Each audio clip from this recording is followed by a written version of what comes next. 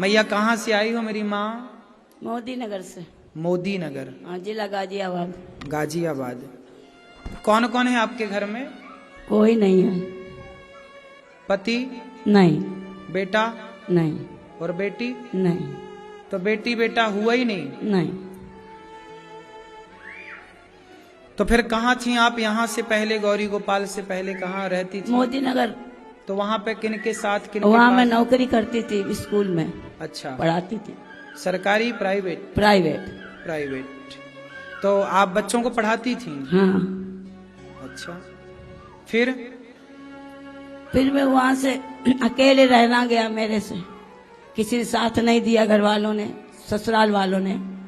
मैं अकेली रह ना पाई। तो ससुराल के लोगों ने साथ नहीं दिया? नहीं। फिर मैं मोदी नगर से मेरी मैडम रहती थी ना, उनके पास गई। फिर वहाँ भी कब तक रहती मैं। फिर मैं आपको टीवी में देखा ना, फिर मैं सीधी यहीं चली आई।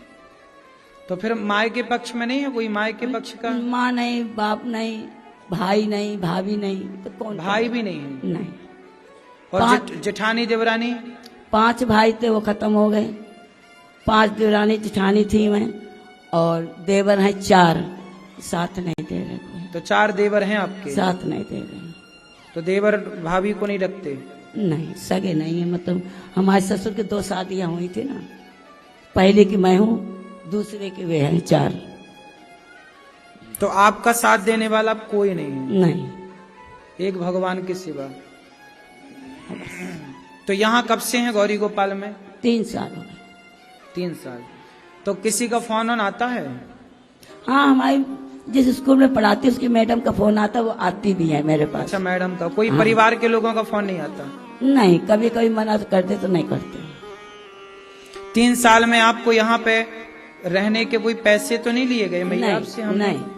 पैसे नहीं लिए आपसे? नहीं, कुछ नहीं। तो यहाँ पे आप खुश हैं गौरी गोपाल में? खुश हूँ। सेवा अच्छी हो रही है? हाँ, कोई तकलीफ नहीं है। आप कह रही हो आपका बेटा नहीं है, आपका बेटा है तो ये हाँ, दास बेटा अनिरुद्ध। इतना बड़ा, बहुत बड़ा। फिर आपका बेटा ये दास अनिरुद्ध है, हम सब आपके बेटा बेटी हैं, है ना? ये दास अनिरुद्ध तो आपका बेटा है ही। और आप सभी माओ की सेवा इसीलिए होती है कि देखो, अब ये देखो, माँ का कोई सहारा नहीं है, संसार का कोई रिश्ता काम साथ कहाँ दे रहा है? जब कोई साथ नहीं दे तो किसी को तो भगवान साथ देने के लिए भेजते हैं। शायद इन माओ की सेवा के लिए भगवान ने ये धरती पे दास अनिरुद्ध को भेजा कि जाओ सेवा करो। यहाँ की सेवाओं से आप मैया खुश हैं? मैया यहाँ की सेवाओं मैं बहुत खुश हूँ, कोई तकलीफ नहीं, मुसीबत नहीं, मैं आराम से रह रही हूँ। दवाई ववाई मिलती है? दवाई मिलती, खाना मिलता, नाश्ता पानी सब कुछ मिलता। इन माओ की सेवा यहाँ पर निःशुल्क होती है। आप सब जो सहयोग करते हैं थोड़ा थोड़ा, आप सबके सहयोग से ही यहाँ इन वृद्ध माओ की सेवा होती है। जिन माओ को अपनों ने सताया, अपनों ने ठुकराया, अपनों का साथ मिला नहीं, अब ये माएँ ऐसी हैं कि अब इनका कोई दूर दूर तक रिश्ते नाते तो है ही नहीं। इनका यही अब जीवन है, यही इनका सब कुछ है। तो ये गौरी गोपाल आश्रम इन माओ का घर हुआ कि नहीं? बोलो, इन माओ का ये गौरी गोपाल क्या है? बोलो, घर है।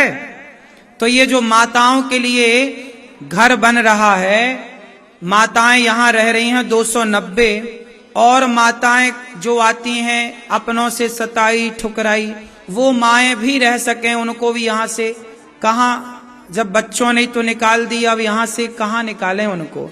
तो इन माओं के लिए आश्रम का निर्माण कार्य चल रहा है। तो आपसे प्रार्थना इतनी है कि आप भी इन माओं के लिए इस आश्रम के निर्माण में जरूर कुछ ना कुछ सहयोगी बनकर, एक कमरे का सहयोग, एक ईंट का, एक बोरी सीमेंट का, एक छोटा सा एक कमरा ही आप बनवा के माओ को दे सकते हैं। एक कमरे की छत डलवा सकते हैं, कमरे की फिनिशिंग करा सकते हैं। आप इन माओ की सेवा में जो चाहें, माओ के कमरे में गीजर लगवा सकते हैं, माओ के कमरे में आप पंखे की व्यवस्था करा सकते हैं, चौखट, दरवाजा, खिड़की, जो माओ के लिए बन रहा उसमें कुछ भी आपका योगदान हो सकता है, आपको ईश्वर ने जिस लायक बनाया हो। अच्छा, एक बात बताओ, किसी बेसहारा का सहारा बन जाना ये पुण्य है कि पाप है? अब बताओ ये माँ बेसहारा थी या नहीं? इन बेसहारा माँ को गौरी गोपाल में सहारा मिला, तो इन माँओं के अंदर से दुआएं निकलेंगी कि नहीं, आशीर्वाद निकलेगा कि नहीं?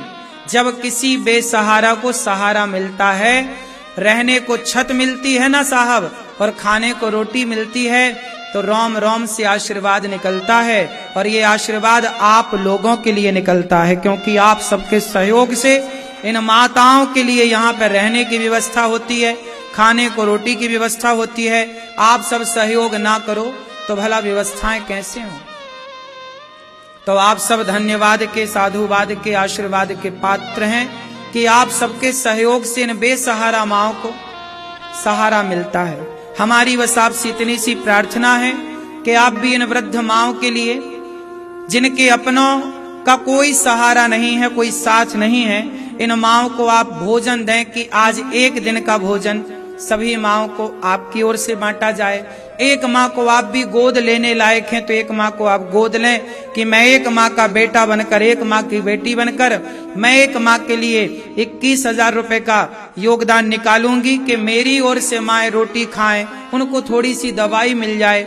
यदि आपके एक जरा से सहयोग से इन माँओं को भोजन मिल रहा है, दवाई मिल रही है, तो इसमें अच्छा है आपका सहयोग इन माँओं तक पहुंचे और आपको दुआएं प्राप्त हों।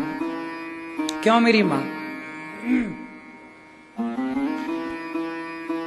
आप जाने मत ना जाने, पर मुझे पता है कि जिसके सिर पर छाया नहीं होती ना, वो कितना कष्ट पाता है या पाती। और स्त्री हो तो और ज्यादा। पुरुष तो कहीं फुटपाथ पर सो जाए, पेड़ की छांव में सो जाए, पर स्त्री का गुजारा तो फुटपाथ पे नहीं ही हो सकता। स्त्री के लिए तो एक छाया चाहिए ही चाहिए। इसलिए कहता हूं कि इन माँओं का आप सहारा बनिए। और हम आपसे केवल ये कहते हैं कि आपकी ओर से जो 290 माताएं हैं, एक दिन का भोजन आप कराओ कि आज का भोजन, आज की रोटी माताएं आपके नाम की खाएं, आपके बच्चों के नाम की रोटी खाएं, ताकि आपके बच्चों को दुआएं और आशीर्वाद पहुंचे। तो आप इन सेवाओं से जुड़ सकते हैं। बेसहारा माँओं का सहारा आप जरूर बने, क्योंकि माँ और भगवान ये दो तत्व नहीं है, एक है।